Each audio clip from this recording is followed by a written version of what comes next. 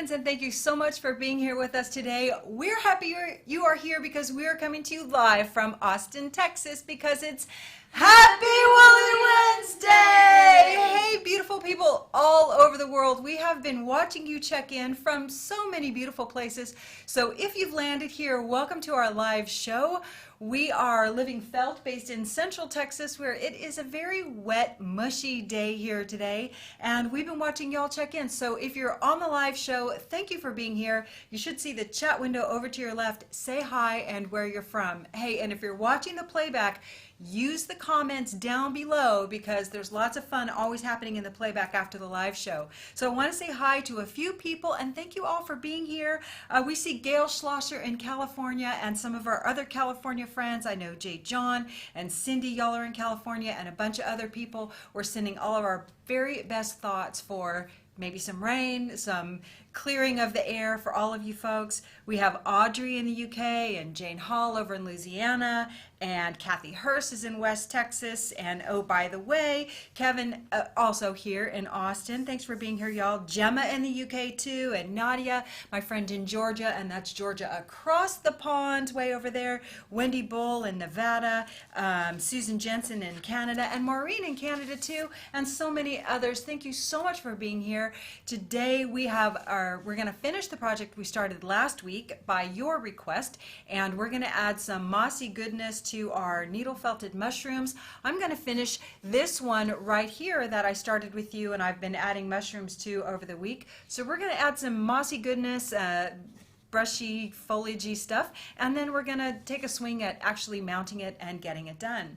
So this is a live show. It's interactive during that live hour, and when you participate in the chat, whether you ask questions or maybe you post an idea, your name gets entered to win prizes. And if you're watching afterwards, your name also gets entered to win prizes when you comment down below. So on that note, I'm going to give away a few prizes right now. And last week, the prizes we gave away are your choice. Were either the 2D mushroom kit, so the kit which includes the linen and the wool that we use to make the mushrooms, or a cardinal kit, so you can make the 2D cardinal picture. And our prize winners are Susan Warner. She's voted that she'd like to continue the mushroom picture. She said the shading makes such a difference. And Karen Hendrickson. She said, I learned something new every time, and attention to starting on the next piece. Attention to starting on the next piece. I'm not sure what that means, but thank you so much, and congratulations, gals. Thank you so much for participating. So remember, you can comment down below or in the chat. You will be entered to win prizes no matter what.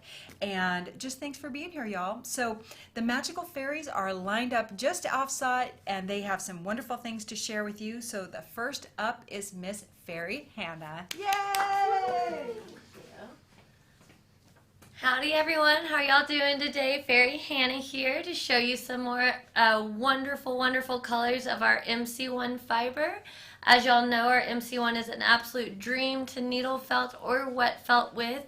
It's a short, crimpy fiber. It's going to allow you to get a nice, smooth, even finish on any needle felted piece that you're working on. So these are going to be our green studio pack. The green studio pack comes with ½ an ounce of 6 different colors. The colors will range from pack to pack depending on our availability. So these greens that you're looking at today are going to be leaf, shire, sage, evergreen, meadow, and key lime. So those will be great for adding any mossy vegetation to your mushrooms or any other green project you're working on. Thank y'all so much. I got Miss Holly here coming up next. Yay! Hi y'all! So I know we're talking about needle felting, but the merino top was green with envy. So I have our living green merino top studio pack. It comes with 6 colors, and you get 1 ounce of each color. Our current round of colors include moss, ivy, olive, evergreen, sprout, and chartreuse. So it's perfect for I can't talk for the last 3 weeks. So this is good for wet felting, as I said earlier. So it's perfect, and it's longer, got a longer staple length, and it's silky, and it's a gorgeous studio pack. So now I'm going to hand you over to Miss Ann. Yay!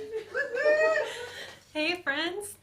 so much for hanging out with us today. I am sharing one of our specialty designer packs. These packs have a lot of different textures, so they're really, really great if you're wanting to add a bunch of texture into your wet felted piece. These are also great for projects like vessels or scarves. They're lots of fun. This one right here is our Autumn Leaves pack. I'm going to run through the colors real quick. We've got Sunshine Merino Top, Marigold Merino Top, Burnt Orange, Bordeaux, and Prairie. We've got Merino Silk Blends in Loch Ness and Sunflower. We've got MC1 batting in True Violet, Espresso Bean, and Red Grapefruit. And some of these embellishment fibers Marie's going to work with today, so you'll get to see these guys in action. We have got Sari Silk Waist in Saffron, Wool Nepps in Burnt Orange and Cocoa, Silk Hankies in Bordeaux, Bamboo Top in Amethyst. We've got some hand-dyed locks dyed by one of the fairies in-house. And we've even got some pieces of our PFM 100% Merino pre-felt. So as you can see, lots of fun to be had here. Next up, I'm last. Took me a second on that. Thanks for being here, y'all. Here's Marie. Thank you. Thank you. Can I just see a big round of hearts and applause for the fairies? They are magic. This is our crew. They answer the phone, they answer your emails, they pack your orders, and they make everything that we send to you. So we love them, and I love that they get to share some of our products with you. I saw a few comments coming in. I know a lot of y'all like that Autumn Leaves pack. We love it too. And I saw a question from Stephanie Williams, who commented about the pumpkin table linens behind me. So for this, we carry, she added whether this is a fabric that we carry. So this fabric is the same fabric as my mushroom is on right here. It's our natural linen, and we do carry this softened linen right now in a few different colors. It's been very popular. This is the pumpkin color, and it's available here in the shop. And then also barn red and the green. So where you'll find those is under needle felting, which seems like a strange place, but our major categories are kind of narrow up there on the site, which is here. And if you look under needle felting, you'll see the linen fabric has a category. So check for that there. I really like this linen fabric. It has two different colors, the warp and the weft. So one is dark and one's light, and it gives it a real nice texture. So we do carry that, and this is a free tutorial also on our YouTube. So you can check that out. Okay. Let us see. So today we are adding some mossy goodness to our mushrooms here, and I'm going to show you what we do with that. Let me show you. I'm getting a communique from the field. Oh, I know. So y'all were asking about a joke. So Miss Kayla is actually, she's helping a customer. So Kayla isn't here. I don't have a joke for you. Kayla's our joke master. She will be back next week. I'm sorry I don't have a joke for you unless she pops up with one and can come in and interrupt the show with a joke at any time. We'll accept that. But she's helping a customer and can't come on right now. So today we're going to add some mossy goodness to our mushrooms, and I'm going to show you at least how I approach it. As always, we don't teach that there's one way. Hopefully our ideas just give you a jumping off point, something that inspires you to take it in even a different direction. So I have my little pictures all laid out here, and I've been adding. Last time we just did, I think we just did one mushroom together, and I had already started a couple. And with the kit, we give you a few different mushroom drawings that you can use to then just build onto your little mushroom scape like I've been doing. And before we add our mossy goodness, I might encourage that you think about how you want to mount your piece, which hopefully we'll have time to get to at the end. And let me show you why that might be important. I brought just two different types of mounting today, and one might be a canvas. This happens to be a burlapped canvas, if you will, if you want to call it a canvas. It's just a wood stretched frame with burlap wrapped around it. Or you might consider an embroidery hoop. And we have some new and I think much improved, better embroidery hoops in the shop now. They're bamboo and they're sanded, and we have them in sizes now from 3 to 10 inches, so you might check those out. But when you're going to be mounting your piece, you might not want the image to wrap around the other side or to stick out of something like the hoop. So let's look at just planning the piece a little bit before we fill in all the perimeter with our vegetation. Cool. All right, so here's an overhead. If I'm going to mount this onto my canvas, then I'm going to decide first, where do I want my image to stop? So when you cut your fabric, you might think about having enough room around your fabric to do whatever mounting you have in mind. And this guy's just a little off center, so I might center him this way. And then where I want to put my vegetation is, I might let it just hover right above the bottom here, but I don't want it to stretch around. You might want yours to stretch all the way around. So with that in mind, if I like where this is, then I can either just kind of crease my fabric a little bit if I don't want to mark it, and if I don't want to go all the way, I can just crease my fabric so I sort of plan where I want to frame my vegetation within. I'm going to do that here. Just give us a little pinch. That's one idea. And then without marking my fabric, I have planned where my little perimeter is that I want to needle felt within, right here. You could also cut yourself a little cardboard frame if you want. And then another way is, let's say that you want to mount this in a hoop.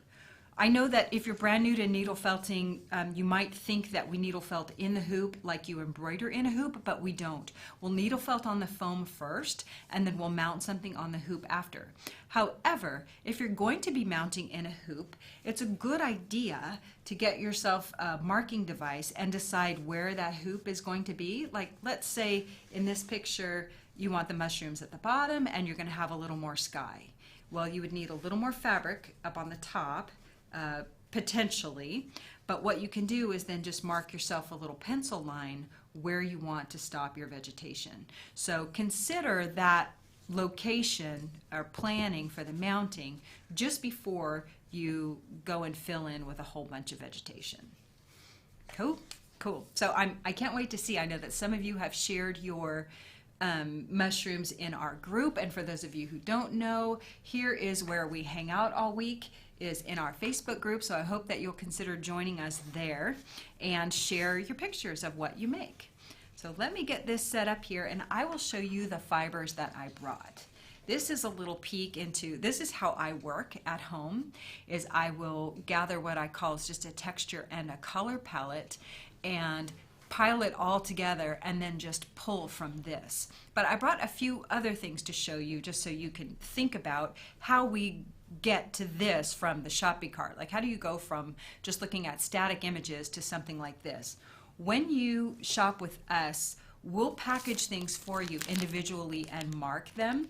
So this is an example. We're going to be working a lot today with our luster fibers, which are things like tussah silk, bamboo top, viscose, sari silk waist, silk hankies, even some nepps and locks. I'll bring those in. And whenever you buy these from us in individual sort of a la cartes, they're going to come labeled for you so that you can store them however you like. So I brought for you how I've moved to storing my items. And the gals know I'm in the process of redoing my studio right now.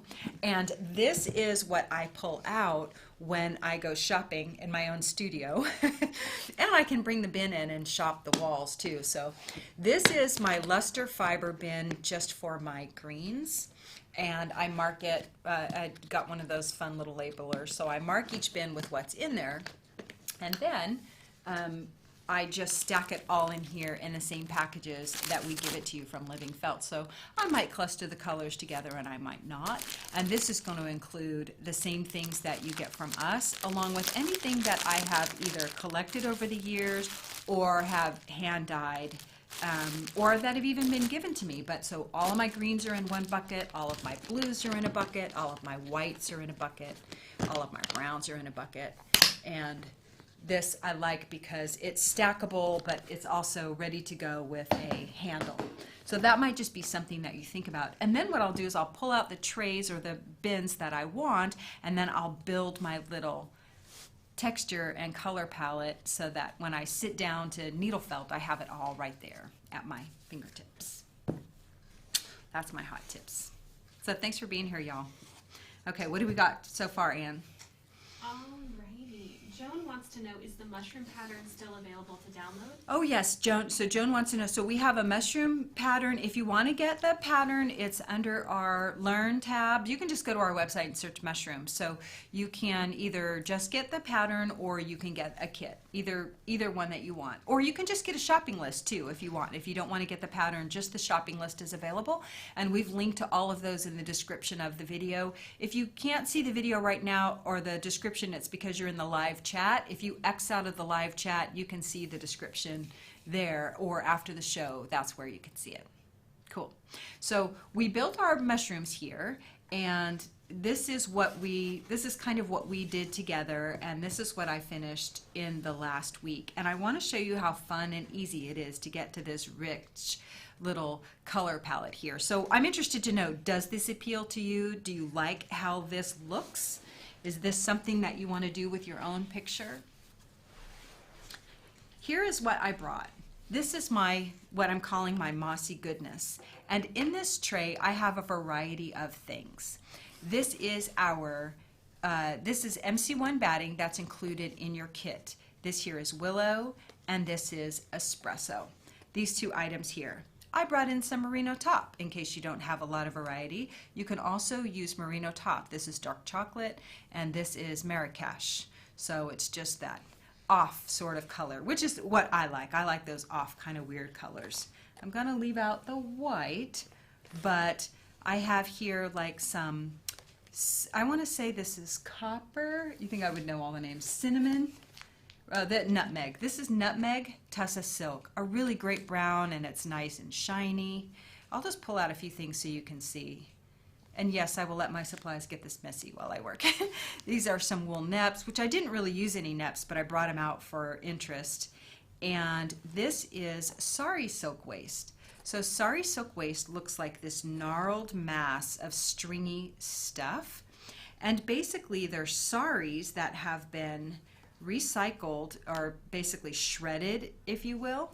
And you can also get silk throwers waste, which looks a lot like this and is made in the silk throwing process, or is really a byproduct of it. But you can get it just plain and dye it, like this one here. This is a hand-dyed color.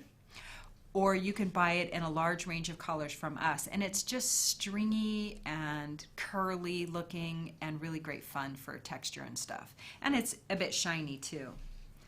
I also brought some hankies, and I'll pull these out. Silk hankies are actually a cocoon that had a little silkworm in it, and it has been stretched or degummed first. They degum it, and then they unreel it, and they stretch it out and form it into a big square.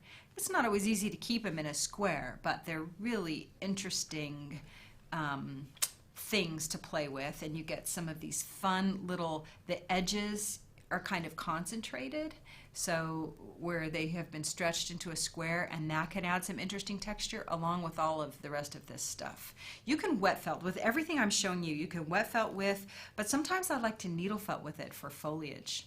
This is also a silk hanky, and this one is sage. So this is olive and this is sage. And you can see the color palette that I've kind of honed in on here. These are some locks, which all of my working with all of this mossy goodness is to kind of get away from just using locks. Back in, when I first started needle felting, locks were just my go-to, and now I like to use them a little more sparingly because there's so many other options you can use besides just locks when you add texture. Now, I also have some hand-dyed hankies, so you might see some of these pop in. If you've never hand-dyed hankies, it really can be a fun thing to do. We sell all of our fibers plain white as well, so you can give a go hand-dyeing your own stuff. But these are hand-dyed hankies, which basically end up with a collection of the colors I've already kind of showed you, but I just get them variegated all in one, or get them a little bright. Now, to dye these, we use the same acid dyes that we sell here in the shop, and the acid is just straight vinegar, like the white vinegar you would buy in the pasta section of your grocery store. And it's really easy to do. You can even dye in the microwave. And we did that on the show once. Ann and I dyed something. Would we dye scarves? Yeah. We dyed silk, Ann? Yep, a couple scarves. Okay, I want to see if I brought anything else. I have more mess, and I even have some, it looks like I have some cheesecloth in here. I have some dyed silk ribbons you could do. Here's some cheesecloth. It's just white. It's not even dyed. This is some linen or loose sort of cotton type fabric. These things would be really fun in your little mushroomy undergrowth for sure. And here is some Margalon silk that I dyed for a project. So save your scraps is basically what this little bit is a testament to. Save your scraps. And anyone who did I think it was about a year ago, we did the ocean, what do we call it? It was like a beachscape. A beachscape, wet felting a beachscape. So we wet felted a beachscape, and I think that's only on our Facebook page under the videos because our live show used to be there. Anyway, we used a bunch of little stuff like this to add texture along that beachscape. It was sort of like a top-down Google Earth view of a beachscape, and lots of fun. So don't be shy about gathering these things together, and I will show you how this starts for me, and we'll do ours together. So any comments before we get rolling on this? Yeah, Katie asks, does the sari silk feel silky or scratchy? The sari silk, does it feel silky or scratchy? It feels, it is a silky feeling. It's definitely a silky feeling when you rub your fingers together. It feels scratchy. There's nothing scratchy about it at all. There's definitely not. It definitely feels silky. It might look coarser than it is, but it doesn't feel coarse. Now, the silk fibers can feel really resistant to felting. It's like they have such a tensile strength, surface strength, that the needle kind of wants to push off of it. So just pay attention if you pile too big of a hanky down. But this is what I'm going to start with. I'm going to start with a couple of colors of my MC1 and maybe even a little bit of this dark brown, because I didn't bring dark chocolate in the MC1, but I think it's in the kit, isn't it? We're going to make, if some of y'all might remember that maybe about a year ago in the late summer or early fall, we did what we called was a fiber mishmash, and we brought a whole bunch of things together. I'm not exactly going to do a fiber mishmash today. We did that with a tree. It looked like a fall tree, so look for that under our 2D playlist. But I am going to mix these up and get the colors kind of combined so that I have just sort of a pre-mixture. It helps you have to not think about it so much. And then I'm going to bring in a little bit of this dark brown because I just want some sort of like a dark base to start with. And then we'll fill in some of the designs on top. So let's just get a basic little, think about dirt. We're going to put the dirt first, and then we're going to put the plants on top. Dirt first and plants on top. And I have to pay attention to where I put my lines so I don't get carried away, because when it comes to mossy goodness, I could just keep going on all day. So this is kind of like the fiber mishmash. We've taken merino top and MC1 batting and brought them together. And what we're going to do is just start filling in some of this area. Again, don't worry, don't think about it too much. What we want is a little dirt mound to build on. We want some dark areas that will be sort of behind the stuff we put so that it's not all naked back there.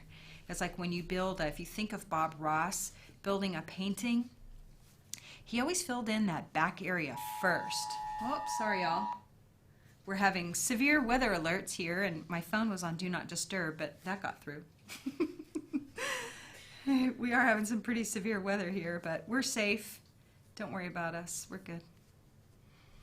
Okay, so I'm starting now I'm going to want mine to kind of mound this way, and a lot more is going to go down on this, so I wouldn't worry about that too much because I'm going to fill all of this in anyway. But where was my line? I got to find my line. I'll get carried away.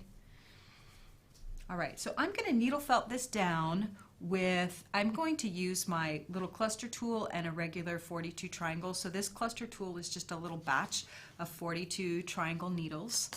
And again, all I'm doing right now is giving myself a little backdrop, if you will, for the other fibers that I'm going to be putting on here.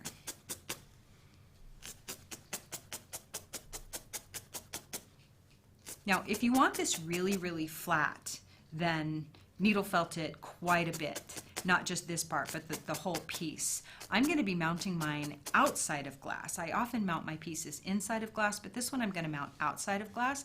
And I want a little bit of texture. I still want everything felted down, but I want some texture to show on this piece. If you want yours very, very flat, then in everything we do today, just make sure that you really tack it down well.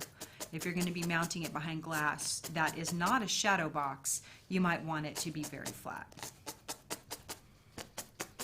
Okay, this is my quick base, and everything else is going to go on top of this. So when I come on top of this, I'm going to bring in anything that I want to kind of combine together, and I'm just going to pick from my stash here willy-nilly as I want. When you work with the sari, this is a hanky, this is a lock, this is the sari silk waist, this is something that's hand-dyed, you're going to want to cut it. You're going to have to cut the sari silk waist because trying to tear it is futile. Futile at best. And you can bring merino top into this too. Bring in anything that you want. So I have all of this stuff kind of mushed together, and now I'm going to take a cut of a hanky. Don't be shy about cutting these things. And now I'm going to kind of mix these together because I don't want it to look like one thing. So I want it to be kind of a surprise. And then everything, we can put whatever you want on top of these things. And can you all see okay? You feel like you're close enough and you can see well? Now, I'm going to keep doing this same kind of thing. I'm just going to choose. I don't have color theory. I don't have rules about this stuff. My rules are have fun and follow your inspired idea. That's about as far as I get with rules when it comes to things like this. It's just follow your inspired ideas and have a good time. And what I like to do is basically fill in all of the areas with a color arrangement that pleases me, and then I'll go back in and add some more details. Now this is, I don't know if we have any more of this. This I think is hemp. This is something we had from the ocean bit, and we could certainly get more of this in. This is either hemp or flax. And if you don't have that, use New Zealand Corriedale or something that's just a little more coarse. But this is kind of a grassy bit, and what I'll do is it's kind of a long fiber, and I'm going to just fold it like this and probably tuck it right back here because I want it to stick up. And anything that's difficult to trap down, if you have difficulty, well then just put a little, whether it's fine or coarse, whatever it is, just strap it down with a little bit of wool or some other fiber over the top so that you anchor it down. Just like that. Okay, cool. Now I'm going to put a little lock over here. So again, I'm try not to make, you can be more interesting than just locks. I guess that's kind of the point I want to convey. Locks are fun, but you can take it even further. Take it further than locks. This is cinnamon or copper. They all ring the same to me. And do you know what? Just for fun, let's bring in some of that. This is the dyed Margalon silk, which is like, I think of it as almost the cheesecloth of silk because it's so easy to tear apart. But this is something you can kind of rat it out a little bit just by pulling on it, and that will add some really fun textures in here too. And we'll just put some wool right down on top of that. I'll bring in some hand-dyed hankies because they're kind of bright. And I'm looking for this. This is the tussah silk.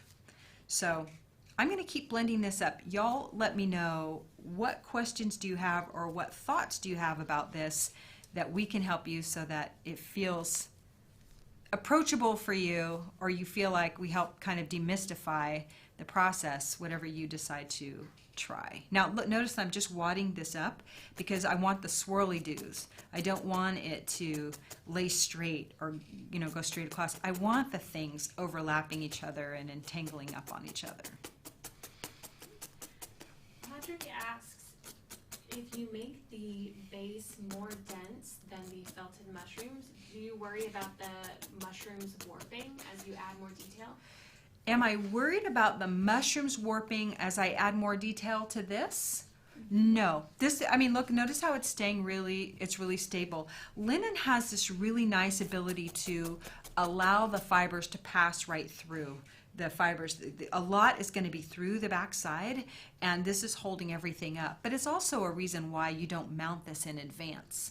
And at first, what's happened is you might feel like you're pulling in the linen as you needle felt this down, but once you lift it up, you'll be able to release it a little bit and, you know, kind of get it where you want. Now, I wasn't going to use nepps, but I know that some people, it's kind of a bane for them or a little bit of a challenge, so I'm going to drop some nepps right down in here. And with nepps, if you're wanting to use them, I'll just put some right there. If you're wanting to use them and you're having a challenge, the best thing to do is to take your nepps, take a little bit of wool. This is MC1 wool. Take something that will needle felt. I'm going to park these right there so you can see them. Take a tiny bit, tiny, wispy little bit of this wool and mix it around, sort of like sandwich it in there, top and bottom. Not so much that you cover and you can't see the nepps, but enough that they'll still peek through. And then put your nepps in, and then if nothing else, you can trap down all of those fibers that you put over them. Their nepps are, some people call them nibs. You might see it referred to as nibs.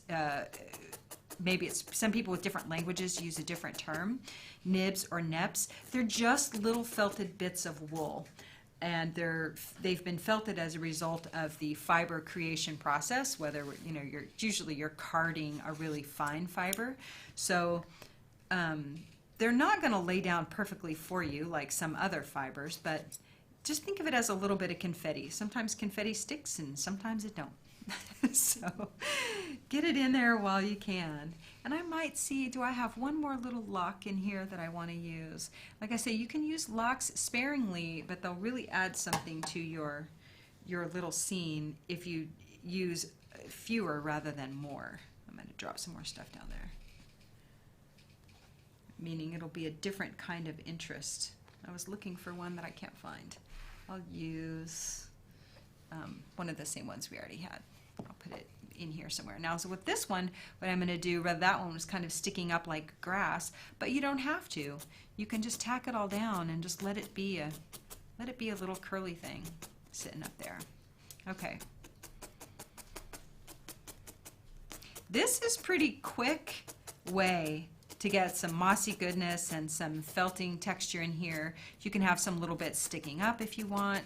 You can make some, like I already have some things that are kind of sticking up, so you can let them trail up here and add to the background. But I'm interested to see, what do y'all think about this idea? Do you like it?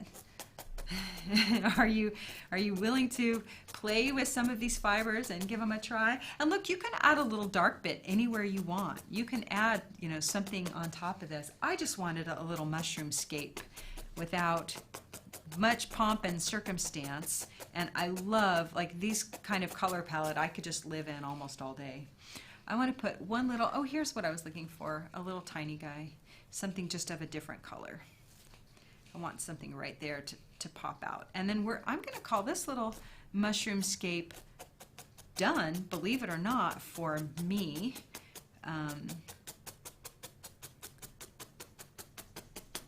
And it's really quick to do. Even the mushrooms were easy to make, and then this little groundwork is easy to create, and it doesn't take a lot of effort to make it look really interesting and really original. You can't do this with embroidery. You can't do this with quilting, with sewing. You just can't get this kind of outcome, and it doesn't even require a lot of planning. It might require a bit of collecting, but I think you can see that the fibers really goes a very long way. And unfortunately, the way I work is I'm not very good about putting all these back, so what happens is I'll almost always create a little bag. This will be like my go-to mushroom bag then, or my mossy goodness bag, and then I'll go back to this. Yeah, and I make messes like this all the time, but this is how I work. I have to go gather all of these colors and things. So I'm interested to hear, before we switch to mounting it, some of your feedback or thoughts that you've had already as a result of doing this. Alrighty, Christina says, oh my gosh, it looks so real, just like walking in a forest. Oh, sweet. Teresa asks, if you're working with silk embellishment fibers, do you have to use wool to help anchor them? So Teresa asked, do you have to use wool? You don't have to, but what you'll find is that they're kind of slippery and they want to get away from you. So it can help to have other fibers that will anchor them down. And so we said silk fibers, but let's take that to a little bit more specifics. This is a silk fiber. This is tussah silk. And if I fold it right, twist it around right, I can needle felt it down.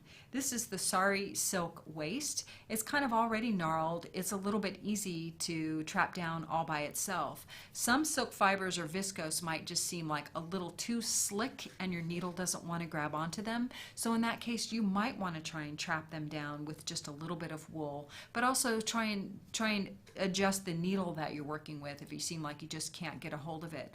But as you see, everything I did was kind of a wadding up and a compacting of things together. The silk hankies, they're pretty easy to needle felt down. Your needle will kind of go plunge right into them and grab them down. So don't be shy. Just give this stuff a go and see if you like it, especially if you're doing something like this, the mossy goodness. It's very satisfying to just build that little textural dirt area so fast.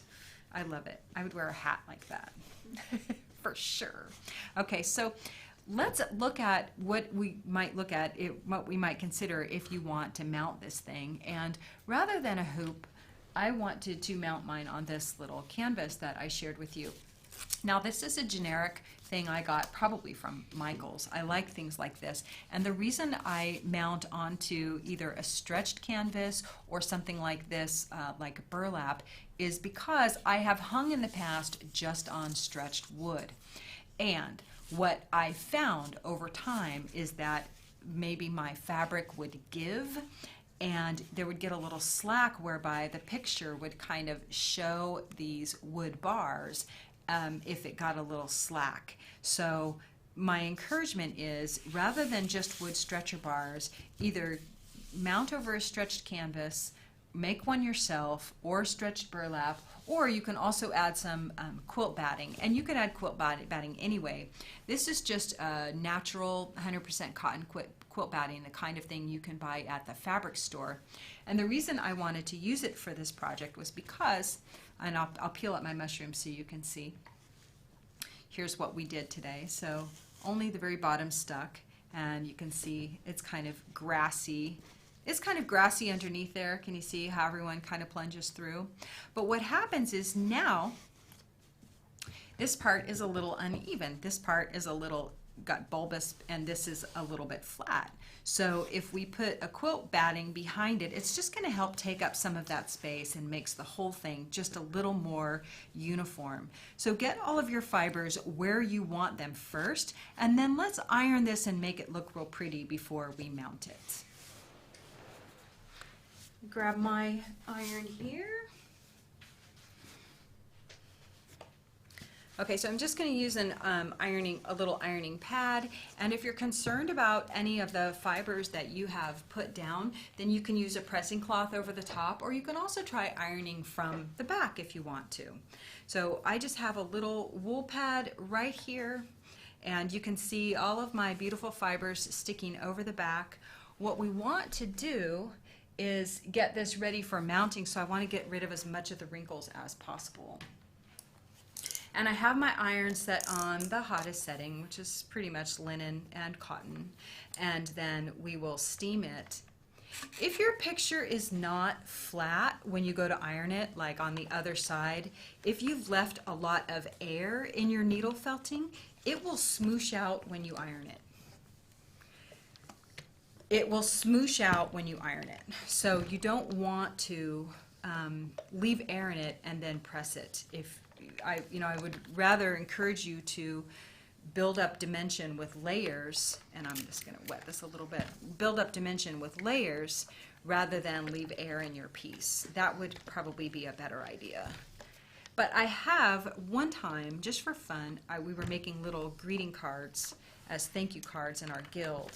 And I needle felted a little grassy hill scene, and I didn't needle felt it all flat, and then I ironed it and smooshed it out, and it was actually pretty cute, and I liked it. So, but you just might think about that in advance. Okay, here we go.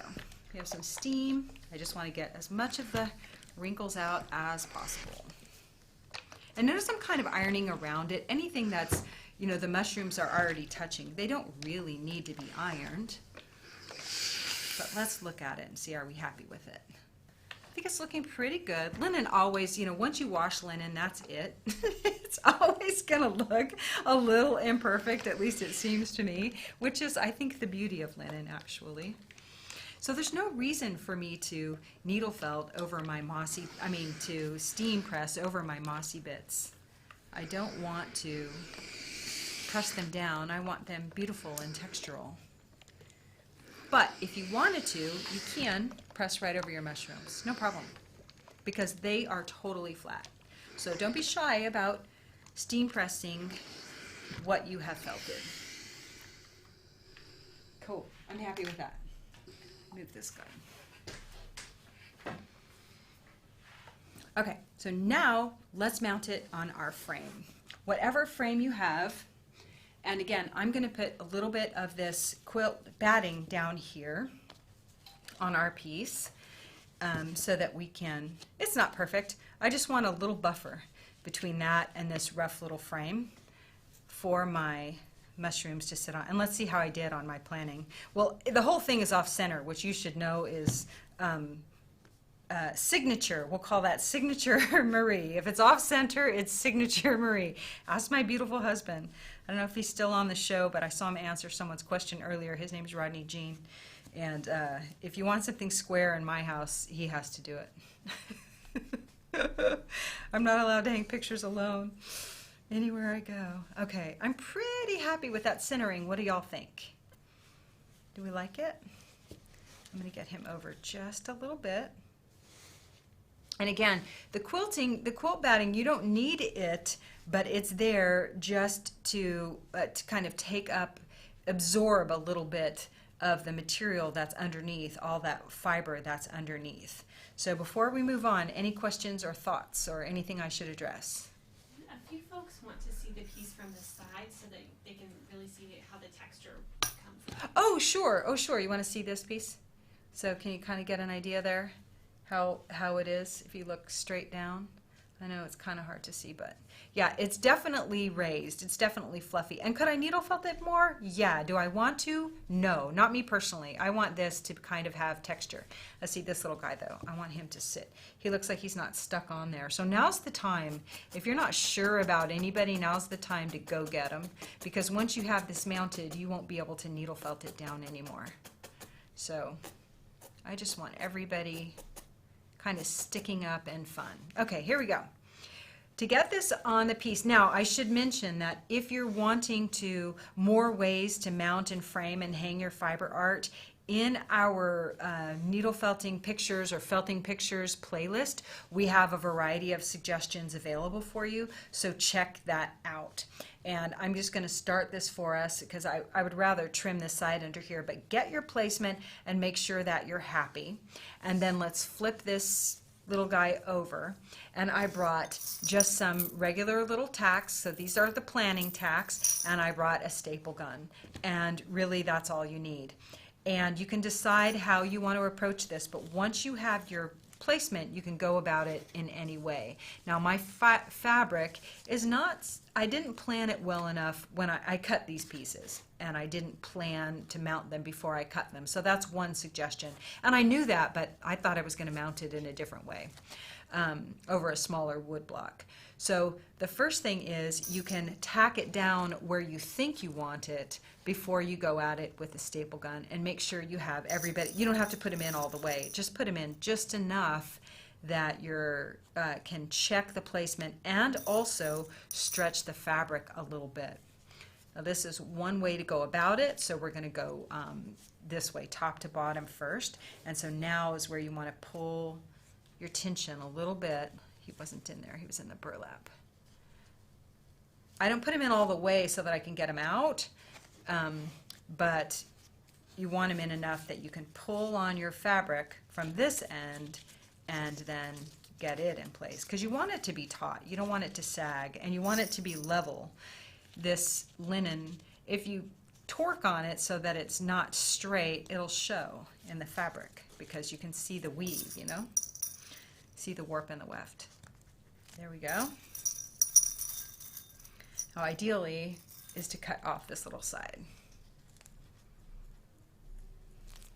And you can, let's peek just before we do the sides.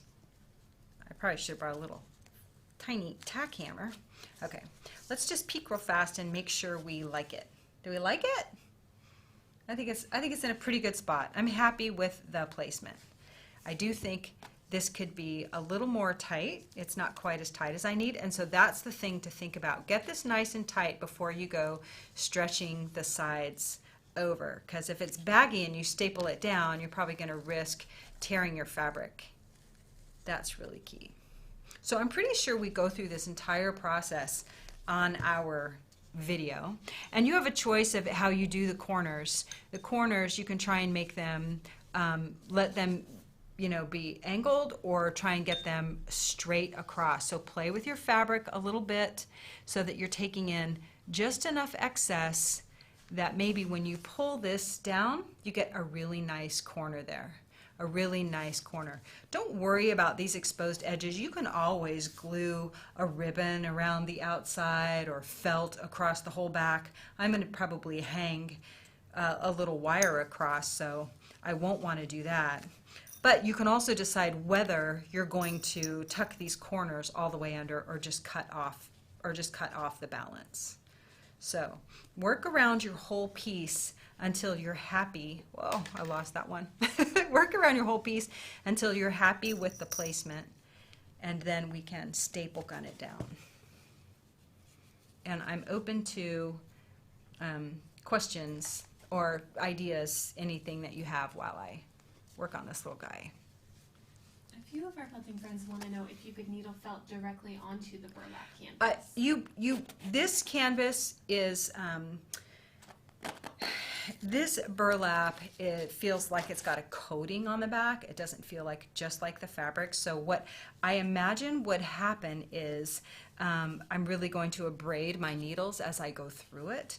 And so people often ask, do needles go dull? And one of the things I say is, you know, they can be worn down if you push them through things that they really shouldn't be going through, or they're not designed to go through. So they're not really designed to go through the burlap. So if you decide to do that or needle felt through the canvas, you can anticipate that you're going to dull your needle a little bit. I mean, I would anticipate that I'm going to break it down, and you could even break the needle. So definitely think about that before you take that approach. What else? A few folks want to know how to clean felted items like this. For items like this, really, you're just going to need to dust it. For this, you know, you can kind of just bang it off, blow it off. When it's exposed like this, all the fibers are more likely to catch dust. Think about when you have a spider web creeping across your living room. The only reason you often see it is because it's gathered dust. So as these fibers blow in the wind, they're going to pick up dust. So the best thing to do is just to sort of bang them out. If you have them really open, you can vacuum them. You can kind of bang them out outside, and you can sun them outside too, you know, just to get them to air out a little bit. So we have a bunch of I have a bunch of framed things in my home that are behind glass, and then we have a bunch of things that aren't, things like this that aren't. So my husband helps me maintain all of them, and they just get dusted, you know, all the time. They get dusted like with a feather duster. All the time. Okay, so I just have this basically planned in place. I'm not worried about it being a perfect finish, meaning, you know, this is not a gallery piece. This is something that once it goes on the wall, it's never going to come off. And so once you have your placement and you're happy with where everyone is, and this is going to be too loud on camera, so we won't do all of it this way, but once you have it where you want it and everybody you have the corners how you want them too, then you can just hit it with your staple gun. And I'm not totally happy with my corners. It's the kind of thing that I have to fuss with a lot to be really happy with where they go. I'm okay, I guess, if I want it to be very straight, so I'm not having I'm willing to fuss with it a little bit longer, I guess, than to rush and do it with y'all. But once you get it in place of where you want it, then just go around and hit it with your staple gun. You don't need to iron it or anything like that. And this little staple gun, you can just get these at the hardware store even nowadays. And then you're gonna tack it all the way around until you're happy with all the placement. So let me just put in one more so we can look at our semi-finished piece. And Marie will fuss with this. I will fuss with this a lot more.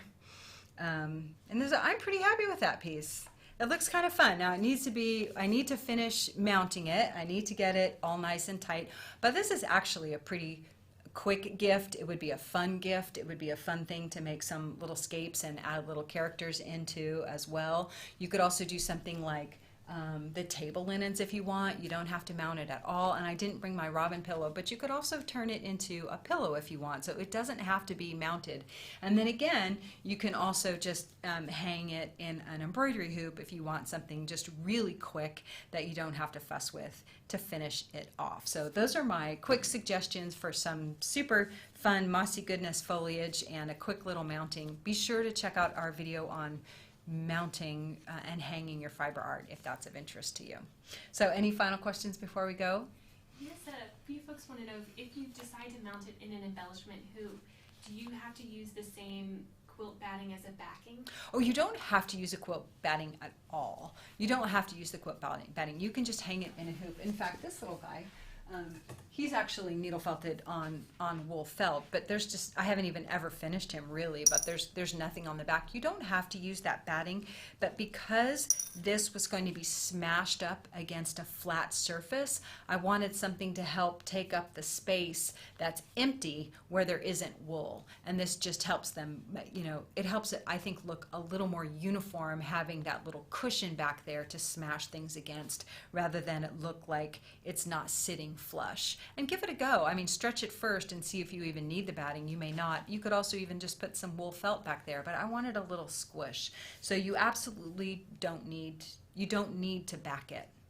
And this isn't finished. You wouldn't leave this all exposed. You tuck this down. You can glue it into place. You can even cover this. And I think we go over all of that in the mounting and hanging one. What else? Any other final questions or thoughts? Michaela shares a fun tip. She says when stretching, if you start your staples in the center and then center of one side and then center of the bottom side and work your way out. Yeah, I think I might have done that before, and I'm a little rusty. I haven't done it in a while, but that's a really good point. And all I really wanted to do was get some staples in here, but that's a really good point. Staple in the middle, just kind of how we did with the tacks. We started with the tacks in the middle too, so really good point, and thanks for the reminder. Good one. Any other final things? No, that's it. Y'all, thank you so much for playing with me. We're actually going to give away some prizes now, and next week we're going to be wet felting. So we're going to wet felt over resist. If you've been asking for wet felting, thank you. We are going to do that. I'll leave it up as a little bit of a surprise, but in the meantime, if you want to felt something fun and seasonal, at least if you're in our hemisphere, wet felting pumpkins. We have a simple wet felting pumpkins video on our site, and we also have a download for this, and yeah, so that's a fun one to start with if you're just beginning. So come on in, Anne. We're going to give away some prizes. Woo-hoo. Okay, so Anne's been writing down your names for everyone who's been contributing. And what are your prizes today, Anne? Our prizes today are a choice between the mushroom kit or some embellishment fibers for your own mossy goodness.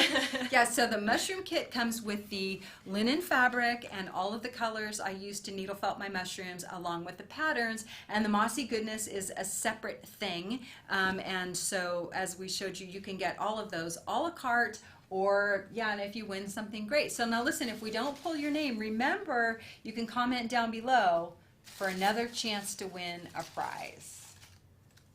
And thanks to everyone for participating. Did you get one? I got one. Okay, I'm going to get one too. Alrighty. First winner, Stephanie Williams. Woohoo! Stephanie and Kathy Sutton. Congratulations, gals, and thank you everyone so much for playing with us. Wherever you are, stay safe, stay well, keep felting, keep having fun, and take good care of yourselves. We appreciate you so much. Thank you guys. Have a great day. Bye. Bye.